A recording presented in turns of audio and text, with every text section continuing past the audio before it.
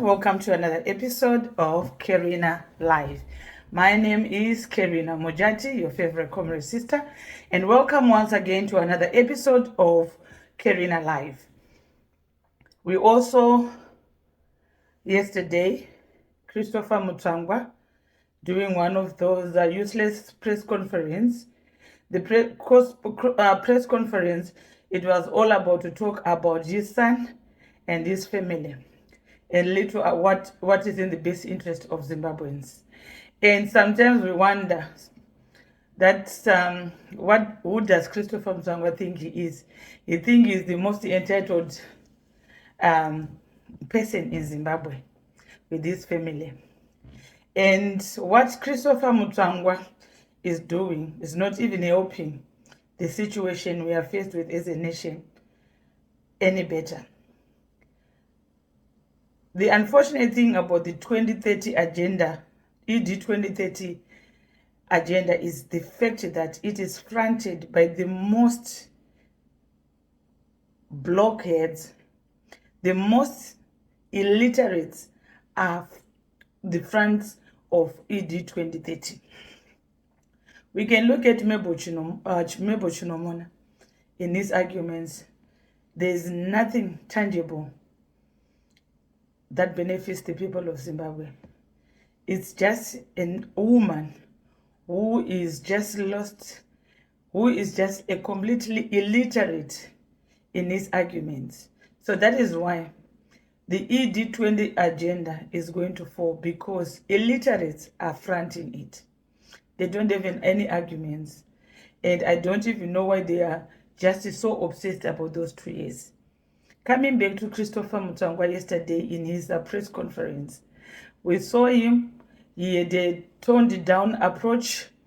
He appeared to have more respect for Comrade Geza, whilst at the same time he was denigrating Kanya Chiwenga. And then, at the end of the day, Blessed Geza, Comrade Blessed Geza and Mukanya Chiwenga, what they are all saying is they are all about anti-corruption, whereby, according to Mutanga, corruption is acceptable to a minority of the society. We all heard how you spoke about his son. And then my question again will come back to Mutanga to say, Mutanga, are you sure Neville is your son? Because if we ask Mr. DNA Tinashe Mugabe to do a public DNA for your son Neville, are you sure you'll be confirmed as the father? So my dear, when you are blowing your trumpet, remember, you are not blowing to people who just listen to your hogwash and you think we are not going to comment. We will give comments, whether they are positive or they are negative. We don't care. We will use the same approach and tone you use to the people of Zimbabwe. At the end of the day, some of us, we've got no respect for you. Never. Because as long as you don't give anyone respect, I always tell people, and maybe I have to tell you too, Christopher Mutsvangwa, in my world, respect is earned. You don't just demand for it, whereby we see that you don't deserve the respect. So as Emma Mnangagwa, he thinks that people should respect him. Why should we respect a man who doesn't have any care about the welfare of Zimbabweans? All he cares about is about his baby mothers, his numerous children, his thugs. We cannot do that. So before you go on a press conference, you should know how you speak, how you address the people of Zimbabwe. Because not all of us will just tolerate your nonsense. So when you were saying, my son, my son, my son, are you sure, Christopher Mutsvangwa, that never, if we ask Mr. DNA Tinashe Mugabe to carry out a public demand DNA, are you sure you'll be Neville's father? So my dear, when you say my son, say it in your house, not to us. We do not care who is your son and who doesn't have a son, because I think there are more qualified men who can talk publicly and brag about their sons or daughters, because they definitely know that they were not compromised. How can you be a man known to be living with a woman who is for rent to ED Mutanga at any time? Monica Mutsvangwa can take down his pants for ED and you call yourself a man. Mr. Christopher Mutsvangwa, respect yourself so that we can respect you. As long as you don't respect yourself and you don't respect us, we'll give you the same fire for fire. Respect is end, and nobody cares about the Twado and the Hogwa should be saying on those press conferences. So now, Christopher Mutsvangwa, I want to ask you. You were saying that Comrade Bombshaw, you started the Manise project with him. So, why did you start the same project, which I'm sure ED is part of, with the thief? The one now ED is going after and is telling the Zimbabweans that Comrade Bombshaw is a thief. Why were you working with a thief and you knew you had this record that he was a thief? Why did you bring him on board at Manise? So stop parading your nonsense and your hypocrisy, because at the end of the day, you are just contradicting your words of your boss, Emerson Mnangagwa, trying to tell people of Zimbabwe that Comrade Geza is a thief. And then yesterday you were saying that you started the Manise project with the Comrade Geza. So why did you want to do a partnership with a man you knew was a thief? That's why as Zimbabweans, we do not care whether Comrade Bombshaw is a murderer or is a thief, because we all know that you people are hypocrites. A person is only good to you when the person is at your disposal to use them. The moment that person refuses to be used or refuses to conform to the stupidity and the evil of Lacoste faction, you start bringing up all these trumped up charges. And I will repeat myself. The number one criminal of Zimbabwe is Emerson Mnangagwa. As long as Emerson Mnangagwa is roaming free in the streets of Zimbabwe, flying abroad to represent us, then in Zimbabwe, it's a country of very, very innocent citizens who are being led by a thug called Emerson Mnangagwa. And this is what I have to say to you. And again, Christopher Mutsvangwa, you said, Pane vamwe vanongotenderera kuza no-PF headquarters. Why did you not call it out that you were referring to who you were referring to? Were you scared? Who you were referring to? We all know who people you were referring to, because you were saying that there are some people who just roam around at SANU-PF headquarters, and yet there are no war veterans. And now you are saying Mahiya is no war veteran. But when you were using him before and now, you were telling people that he is a decorated war veteran. But you are seeing that Mahiya, what he's doing is going to bring more trouble for Emerson Mnangagwa and the same Garo. Why did you not call them with their names? Are they not the culprits roaming at ZANU-PF, behaving like the most entitled liberators of Zimbabwe? It's Mahiya and Garo. Why didn't you call them? Why were you talking in parables? Why didn't you say Mahiya and Garo, you are not war veterans? They're talking in parable because you want to confuse people that even them, they can't even realize that you were talking about them. We're seeing your games you're playing, Christopher Mutsvangwa. And also, the other thing, you cannot be bragging that I know for sure that Emerson Mnangagwa is the one who released my son from prison. No, Emerson Mnangagwa was releasing his son from prison, not your son. That's why I said to you, are you sure that if we ask Mr. DNA, Tinashe Mugabe, to carry out a DNA test, are you sure Neville is your son? So don't provoke us, because we'll tell you what you don't want to hear. So respect people and don't abuse taxpayers' funds when you'll be carrying out your stupid, egocentric press conference, whereby you'll be just waffling nonsense with rhetoric which doesn't make any sense. Nobody cares about what's coming out of your mouth, Christopher Mutsvangwa. And then another thing, this is for you, Chinoma Chakairi. As a young person, we would expect things better. But you could not even read. You could not even read what was written for you to read. Just somebody wrote something for you to read. You could not read it. I would like to say that We know that most people, in even in the opposition or in ZANU-PF, Lacoste, they are illiterates. They were imposed. They are there because they are connected. And you are typically one of them, an illiterate. As a Mumbira from Weza, I'm ashamed that you come from the same constituency with me because you are an illiterate. You could not even read. Then one will ask, before you went on there to read that nonsense you were reading, which you could not even pronounce words, why did you not ask them to give you so that you could have read it first and you could have been familiar with what you were reading? You could not read. Why? It is important that this journey, when we do have new leadership, can all potential MPs, councillors, ministers go through some competence test? For example, they can be given a mathematics test.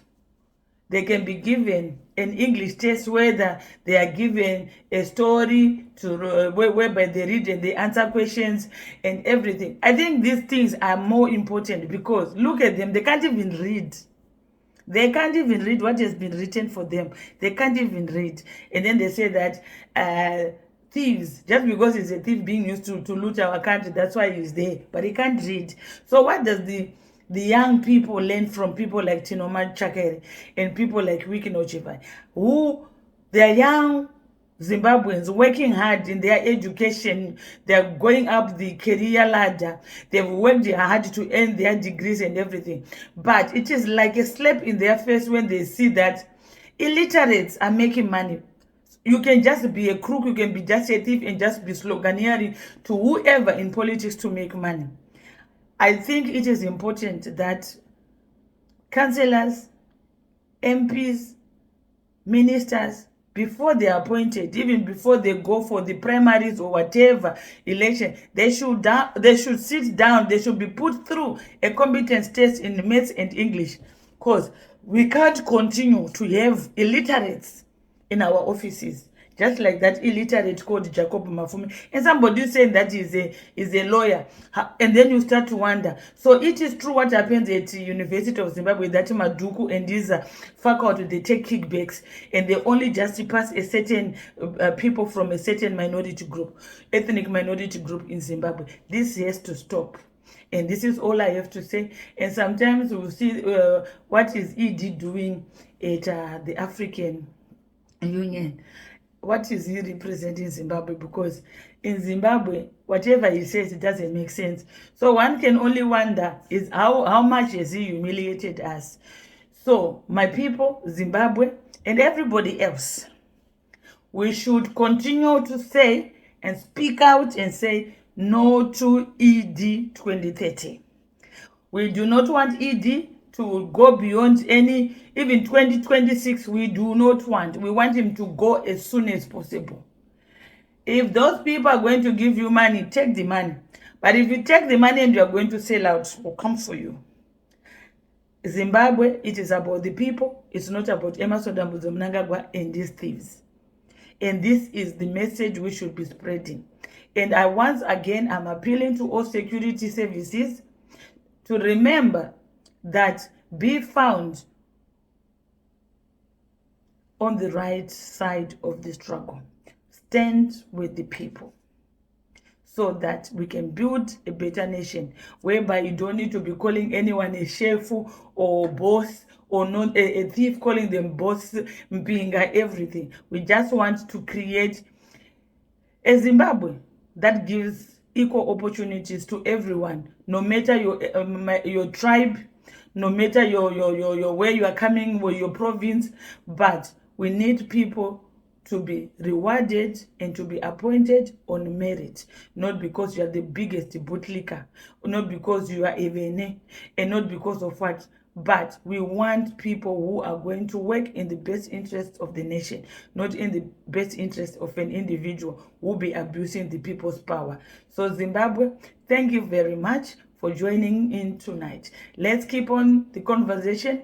Let's keep on supporting Comrade Bodagezi, Comrade Knox, and his team, and everybody else. Let's keep the awareness. Let's educate our folks in the rural areas so that they will never be duped again, so that they know that they can be in a greater Zimbabwe, whereby they don't need to be given 1 cup of seeds and a t-shirt and a plastic dish or plastic cup.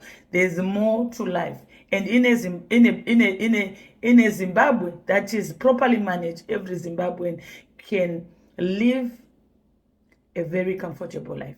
And this is what we want. This is the reason why some of us have chosen to speak out, because we want an equal Zimbabwe, whereby every Zimbabwean realizes their full potential. So my dearest, thank you very much for the support. Thank you, sharing, and thank you all for the feedback. And I am sure that many of you had a great day today, because today was Valentine's Day. So I hope all those who are in love, you managed to celebrate it with a very, very good glass of wine, whiskey, alcohol, or whatever, maybe kisses, cuddles, roses. So my dears, cheers to those in love, and I hope you respect your relationships. And also on this day, since it's Valentine's Day, I want also to raise awareness to say no to domestic violence. Let's love one another genuinely, and let love lead and not the material things. That is why many people were faced now with a country full of broken families, fatherless families, single parents, because our people are now valuing monetary gifts more than love. Let love lead. And I hope you have enjoyed your Valentines. I haven't been online today, as I had a very busy day.